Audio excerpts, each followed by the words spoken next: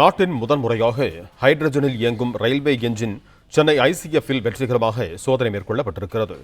இதுகுறித்து கூடுதல் விவரங்களோடு இணைகிறார் எமது செய்தியாளர் மாணிக்கம். வணக்கம் மாணிக்கம், உங்களிடம் இருக்கும் தகவல்களை சொல்லுங்க. இந்தியாவுடைய பசுமை இலக்கான 2030 எட்டும் வகையில இந்தியாவுடைய ரயில்வே துறையில் இருக்கக்கூடிய பழைய இன்ஜின்களுக்கு மாற்றாக புதிய அளவிலான இன்ஜின்களை உருவாக்குவதற்கான முனைப்பில் இந்திய ரயில் ஈடுபட்டிருக்கிறது. அதில் நாட்டிலேயே முதல் முறையாக ஹைட்ரஜனில் இயங்கக்கூடிய திறன் கொண்ட ரயில்வே என்ஜின்கள் சென்னையில் இருக்கக்கூடிய ஐசிஎஃப்பில் உருவாக்கப்பட்டு அதனுடைய சோதனை ஓட்டங்கள் மேற்கொள்ளப்பட்டிருக்கிறது.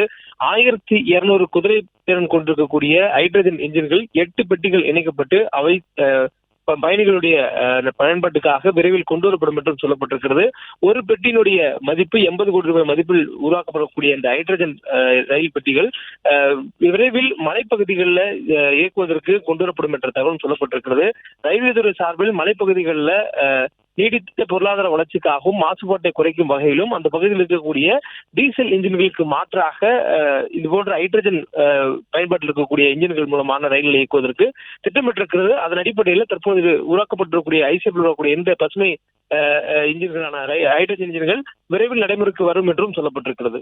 பிளே ஸ்டோர் மற்றும் ஆப் ஸ்டோரில் இருந்து பாலிமர் செயலியை QR கோடு மூலம் பதிவிறக்கம் செய்யுங்கள். செய்திகளை உடனுக்குடன் பெறுங்கள்.